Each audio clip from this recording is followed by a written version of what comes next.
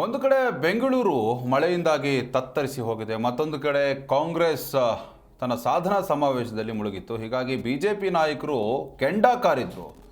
ಇವರಿಗೆ ಜನರ ಸಮಸ್ಯೆಗಿಂತಲೂ ಕೂಡ ಸಾಧನಾ ಸಮಾವೇಶ ಮಾಡೋದು ದೊಡ್ಡದಾಯ್ತಾ ಅಂತ ಆಕ್ರೋಶವನ್ನು ವ್ಯಕ್ತಪಡಿಸಿದರು. ಅದಕ್ಕೀಗ DCM DK ಶಿವಕುಮಾರ್, ನಾವಿಲ್ಲಿ ಟೂರಿಸಂ ಮಾಡೋಕೆ ಬಂದಿಲ್ಲ, ಜನರ ಕಷ್ಟವನ್ನು ಕೇಳೋಕೆ ಬಂದಿದ್ದೀವಿ ಅಂತ ಟಕ್ಕರ್ ಕೊಟ್ಟಿದ್ದಾರೆ. ಹಾಗಾದರೆ ಯಾರೆಲ್ಲ ನಾಯಕರು ಏನೆಲ್ಲ ಮಾತನಾಡಿದ್ದಾರೆ ನೋಡ್ಕೊಂಬರೋಣ.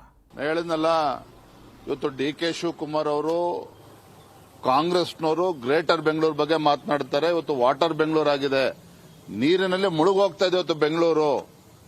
ದೊಡ್ಡ ದೊಡ್ಡ ಮಳೆಗಳಲ್ಲ, ರಾತ್ರಿ ಒಂದು ಅರ್ಧ ತಾಸು ಮಳೆ ಆದರೂ ಸಹ ಬೆಂಗಳೂರಿನ ಮಹಾನಗರದಲ್ಲಿ ಓಡಾಡೋದಕ್ಕೆ ಸಾಧ್ಯ ಆಗೋದಿಲ್ಲ. ಎಲ್ಲಾ ರಸ್ತೆಗಳು ಹಳ್ಳ ತೋಡಿರ್ತಕ್ಕಂಥ ಹಾಗೆ ಇದೆ. ಇವತ್ತು ದೊಡ್ಡ ದೊಡ್ಡದಾಗಿ ಟನಲ್ ರೋಡ್ ಬಗ್ಗೆ ಮಾತನಾಡ್ತಾ ಇದ್ದಾರೆ.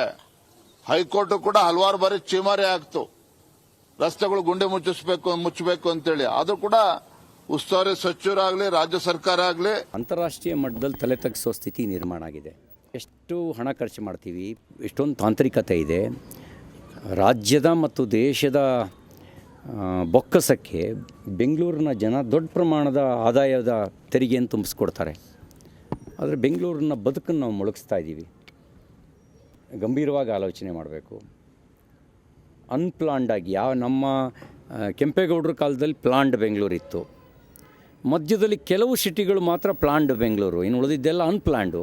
ಕಂದಾಯದ ನಿವೇಶನಗಳು ಲೂಟಿ ಹೊಡೆಯೋಕ್ಕೋಸ್ಕರ ರಾಜಕಾಲುವೆನೇ ನುಂಗಿರೋದು. ಆ ಶಾಸಕರು ಪ್ರತಿಭಟನೆ ಮಾಡ್ತಕ್ಕಂಥ ಶಾಸಕರನ್ನ ರಾಜ್ಯದ ಇತಿಹಾಸದಲ್ಲೇ ಮೊದಲ ಬಾರಿಗೆ 6 ತಿಂಗಳ ಕಾಲ ನೀವು ಸಸ್ಪೆಂಡ್ ಮಾಡ್ತೀರಿ. ವಾಪಸ್ ತಗೊಳ್ರಿ ಅಂತೇಳಿ ವಿನಂತಿ ಮಾಡಿದರೂ ಕೂಡ ನೀವು ವಾಪಸ್ ತಗೋದಿಲ್ಲ. ಅಂದರೆ ವಿರೋಧ ಪಕ್ಷಗಳನ್ನು ಸ್ಪೀಕರ್ ಮೂಲಕ ಹತ್ತಿಕ್ಕಂಥ ಕೆಲಸ ನೀವು ಮಾಡ್ತಾ ಇದ್ದೀರಿ ಅನ್ನೋಂಥದ್ದು ಕೂಡ ಗಂಭೀರ ಆರೋಪ ಇವತ್ತು ನೀವು ಎದುರಿಸ್ತಾ ಇದ್ದೀರಿ. ಯಾವ ಜನರ ಹೆಸರು ಹೇಳ್ಕೊಂಡು SC ST OBC ಅದರ ಲೀಡರ್ ನಾವು ಅಂತ ಹೇಳ್ಕೊಂಡು ಕಾಂಗ್ರೆಸ್ ಪಾರ್ಟಿ ಈ ರಾಜ್ಯದಲ್ಲಿ ಅಧಿಕಾರಕ್ಕೆ ಬಂತು. 2023 2024 ಏನು ನಾನೇನು ಇಲ್ಲಿ ಟೂರಿಸಂ ಬಂದಿದ್ನಾ? ಇದು ಟೂರಿಸಂ,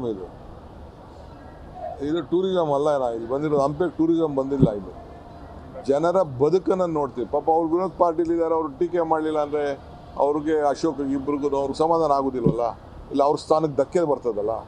ಅದಕ್ಕೆ ಅವ್ರೇನೋ ಒಂದು 4 ಮಾತಾಡ್ತಾರೆ, ಅದಕ್ಕೆ ನಾವು ಬೇಜಾರು ಮಾಡ್ಕೊಳ್ಕಾಗ್ತದ? ಅವ್ರು ಮಾತಾಡಲಿ ಬಿಡಿ. ಅವ್ರಿಗೆ ಬೆಂಗಳೂರಿನಲ್ಲಿ ಮಳೆ ಬಂದು ಒಂದಿಷ್ಟು ಪ್ರದೇಶಗಳು ಜಲಾವೃತ ಆಗ್ತವೆ, ಶಾಶ್ವತ ಪರಿಹಾರ ಇಲ್ವಾ? ಖಂಡಿತ ನೋಡ್ರಿ, ಪ್ರಕೃತಿ ಯಾರ ಕೈಲೂ ಇಲ್ಲ.